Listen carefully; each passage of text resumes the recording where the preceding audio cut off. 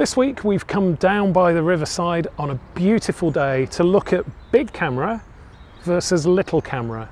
I'm going to talk to you a little bit about the Sony Z190, which is about 3 months old, and the GH5s, which is maybe a year and a half old now, and why I use both of these cameras for quite different things, and which one I actually think is better.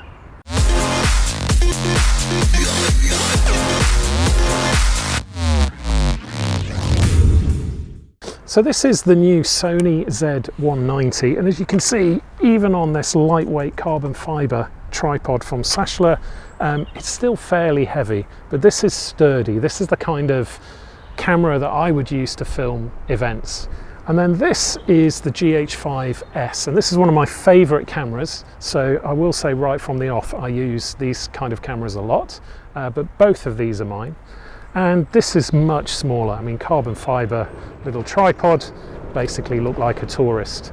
So I'm going to go into a bit more detail about the features on each and which one I prefer and why.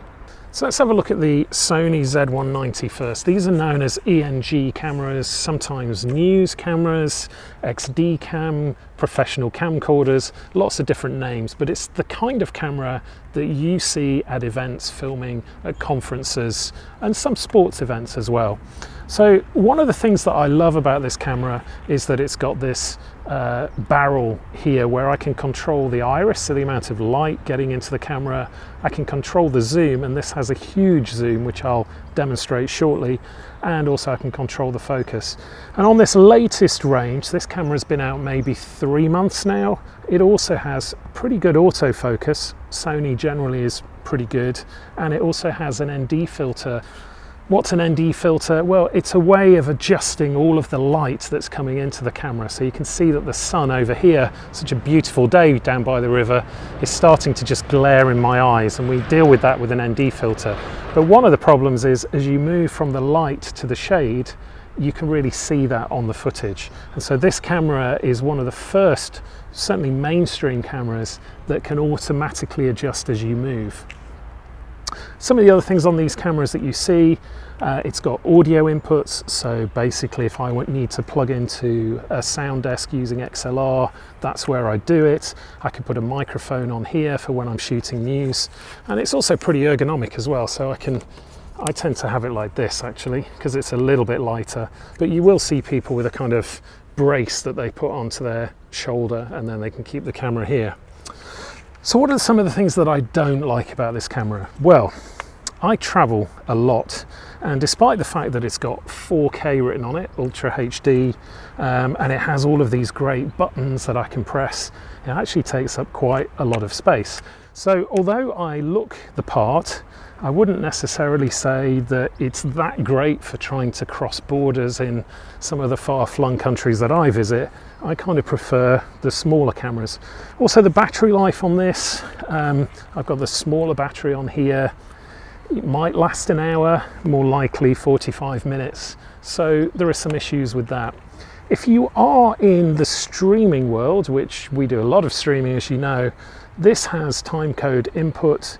It can actually attach to the network, but one of the things that I can't stand about Sony is they charge you an extra £600 just for the software key to let your camera do that. So it's already here on the software, but I've got to pay another £600, $1,000, which is a lot of money. One of the things I don't like so much about this camera is the monitor, or the EVF. It's not very true to life. I could of course put some kind of monitor on here like a small HD Focus or an Atomos Ninja, but that's more weight, more money, and also more batteries to worry about. So I prefer to rig my cameras as minimally as possible. One of the things that is good though is the zoom, and I'll show you some shots that this camera can take. It's crazy how far you can reach with this lens. Still not great in low light, but it's interesting that you can zoom quite a distance and use the autofocus and it will hold. It also has basic stabilization as well, and it's pretty good. I mean, you can see that the camera's moving. It's not perfect, but it's certainly usable. So we talked about the Sony Z190, let's talk about the GH5s, which is a much smaller camera, much lighter as I showed earlier. This is a micro 4/3 with a 42.5mm lens on it, and you can see it's pretty small.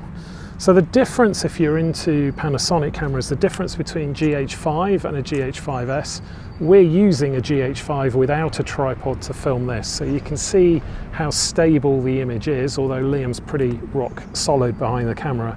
GH5s doesn't have that stabilization, but what it does have is really good low light capabilities. So compared to this camera, I can go into events, weddings, situations where it's much darker, much less light than certainly what we've got here. But you have to think about how you're going to use these cameras. If it's mostly for photography or for video and you're going to be outdoors on a beautiful day like today, does that really matter? But you can see this is really small to use. Now, to give it a fair comparison with the lens that's on this, which is an 800mm equivalent, I bought a similar lens for this. And this is probably the first issue that you can see with DSLR style cameras. I'm going to have to take this lens off without dropping it, ideally. I'm bearing the sensor to the world. I've got my other lens and I'm going to change the lens. Now, it looks like a bit of a faff, and it is, certainly if you were, I don't know, out on safari, maybe not down here on the river, but if you wanted to capture wide shots and then close-ups, you're going to have to change your lens or have two cameras. So I'm going to put this one. You can see how small it is though. These are micro 4/3 cameras. What is micro 4/3? Well, it's a smaller sensor size. So the whole point of these cameras, they've been designed by Panasonic and Olympus to be much smaller. So for traveling, these are perfect.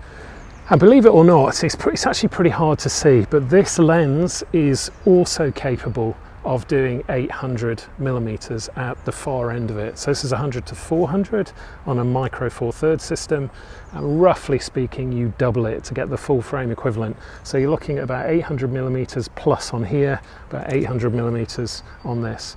And it's a fairly, you know, sizable lens, but this is the biggest lens that I've got. You saw how small the other one was, but I also need a few more accessories. So this is where one of the other differences is, that I need to put a filter onto this because it's a bright sunny day. And you can see that I'm just going to screw this in here. So now I've got a manually controlled, I can turn this filter thread and I can just block out this bright sunlight.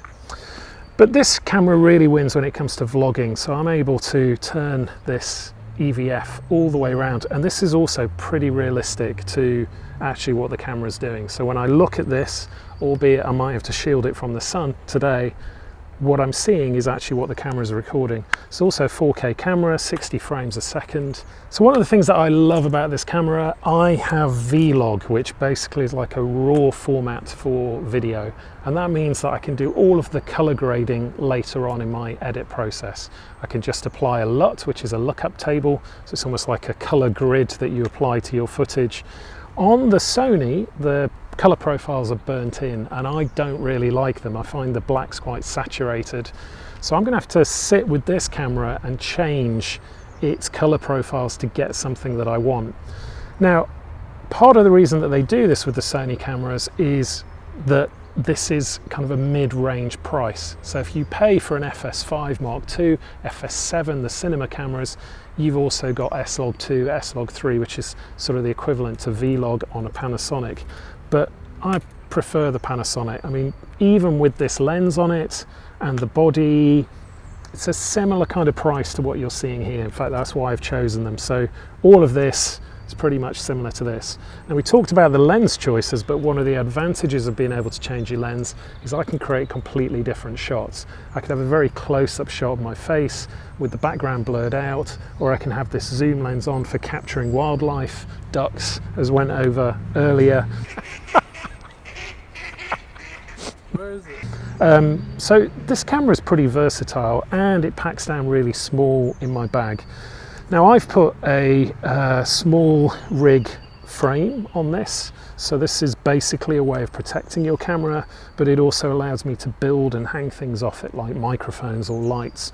couple of things that this camera doesn't have out the box are the audio facilities. So there is no way of putting an XLR audio feed from a sound desk straight into here. I have to buy the preamp, which actually is really small. I'll show you some shots of that. Beautifully designed by Panasonic and not that expensive, but all the time that you're adding things to these systems, you're putting the price up a little bit. You need the next thing and the next thing. The autofocus on here used to be rubbish, quite frankly. When the GH5 first came out, everybody was saying just doesn't work, whether it's vlogging with this kind of screen turned around. So you wouldn't vlog with this lens, but I'll give you a little demo, this kind of idea, and I can see what's going on the viewfinder. But Panasonic have upgraded the firmware several times. I think we're on version 2.4 right now, and the autofocus is actually pretty good. In fact, we're using it on that camera, so you're seeing autofocus hopefully on my face and not something going on behind. So overall, which camera do I prefer? Well, if you'd gone maybe 6 months ago, I would have said that I like both, but for different things. I use this for events, for streaming, but unfortunately I don't want to pay the £600 upgrade fee, so I take a HDMI or SDI feed out of this into an encoder through a laptop, and then I stream. But the more that I travel, the more that I just love the Panasonic series, and I think a couple of reasons. One is that I can adapt this camera, I can change the lens, I can do all sorts of things that just create beautiful images in vlog, which means I can do even more in post-production when I'm editing. Battery life is much better. It's about 2.5 hours on this, and the batteries are tiny, so going through customs I can fit quite a few of those in my bag compared to the huge batteries with this. For streaming, there are also a range of camcorders coming out where they're able to stream over Wi-Fi. Not always the best idea, by the way, if other people are using the Wi-Fi, but nevertheless just come out the box. And I think what I love about Panasonic is they give you everything out the box. So there's no recording limit on this. There's nothing really that's restricted, whereas Canon and Sony do restrict things. So really, whether you prefer a small camera, even with a large lens, or a larger camera is partly down to what you're actually trying to do. But if you're asking for my opinion, it's small camera. I just hope that my clients still value what I'm doing, even though they don't see me with this big masculine camera on my right.